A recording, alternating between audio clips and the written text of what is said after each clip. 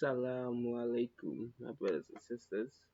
Today I'm gonna make a next video debunking the 5 common arguments Christians use to prove that Jesus is God. I heard these arguments a lot when I was, still, searching. A lot of Christians try to use this against me when I just tell them, but I just don't believe Jesus is God. I believe He's more of a prophet. They like to say, but like these common arguments.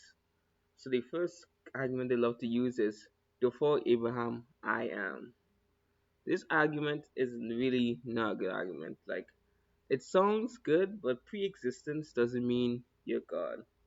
That's like, in my opinion, when he said that, when Jesus said, before Abraham I am, he didn't really mean I am God.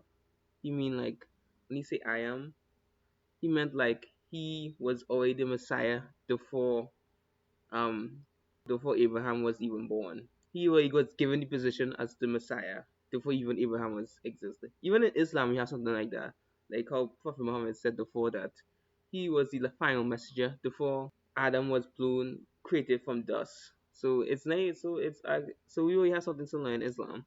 So when Jesus said that he before Abraham I am, he meant like before Abraham he already was the Messiah. That one doesn't really. I don't really understand why Christians like to use that one. They like to say that you try connecting it with the from the Exodus, when Moses was talking to God and God said, I am," but doesn't mean that doesn't mean like he's when he say I am, he just mean I am the before Abraham, I am the Messiah. Like, I am before Abraham, I was destined to be the Messiah. Alright, the next one they like to cite is, I am the Father are one. This one is actually an next one was easy to exist debunk as well. I and the Father are one. He also in the next verse he also said that he and his disciples are one too, just like how he and the Father are one. So is all of them God? Obviously not. So obviously he meant like unity in purpose. That essence. And plus it doesn't even make sense in the Trinity anyway. The Trinity the father and the son are not the same anyway, so I don't get it. So they basically saying that it's an ex heresy. So obviously I am and the father one are not just talking about, you know the same. The next one I like to see Christians like to say is, Jesus accepted worship. You like people bow down to him and worship him.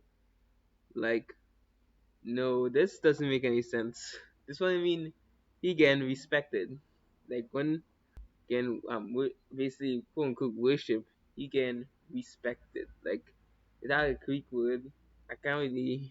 Let me see if I can pronounce it real quick. Right, when they say proskeo, it meant mostly mean worship or bow. It mostly mean respect or bow. My bad, not worship. Respect or bow. Thomas said, "My Lord and my God." This statement can be read as excitement or honor, but I don't understand this argument at all. And plus, when he said "my God," doesn't mean like any and even in their own book. Even Jesus even used this before. When it said like when Jesus trying to stone him, like Jesus did tell the Jews, in your own scriptures they just say that you are gods. So when Thomas say God, I don't think you mean like literally he's God. Solomon and David also get basically quote unquote worship too, because people bow to them and people like basically worship them, like show them respect. So this argument doesn't make any sense. So I don't understand that Jesus accept worship doesn't mean he's God. Jesus forgives sins. Oh, I heard this one too. That Jesus forgive, like how people say like Jesus like forgive people's sins. But this one doesn't make any sense. Other prophets in the Old Testament forgive sins by the authority of God. Jesus said that he's given the authority to him in John 5:30, not inherited. So he forgives sins by the authority of God.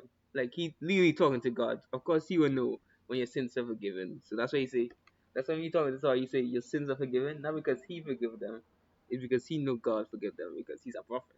Jesus performed miracles. Right? Like, this one is so dumb in my opinion. I don't understand this one is really like you say Jesus God because he performed miracles. But anyway, like, like almost every prophet performed miracles. Moses really performed miracles. Elijah performed miracles. Ezekiel performed miracles. So this one is really a bad argument. Like what? Like they use the argument that he raised the dead, but Elijah raised the dead too, or and stuff. So where's these arguments? Like, come on. If this is really the best arguments they get, that Christians like to use for Jesus being God, I don't know what you say. So I think that's the end of my video there because I think that's all it. I name all the five counters that Christians like common arguments Christians like to use for Jesus being God, and I just debunk it right there. I just show you.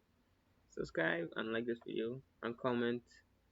Um, there is no God but Allah, and I'll make more videos debunking this. Right, I think that's it, and see you guys later.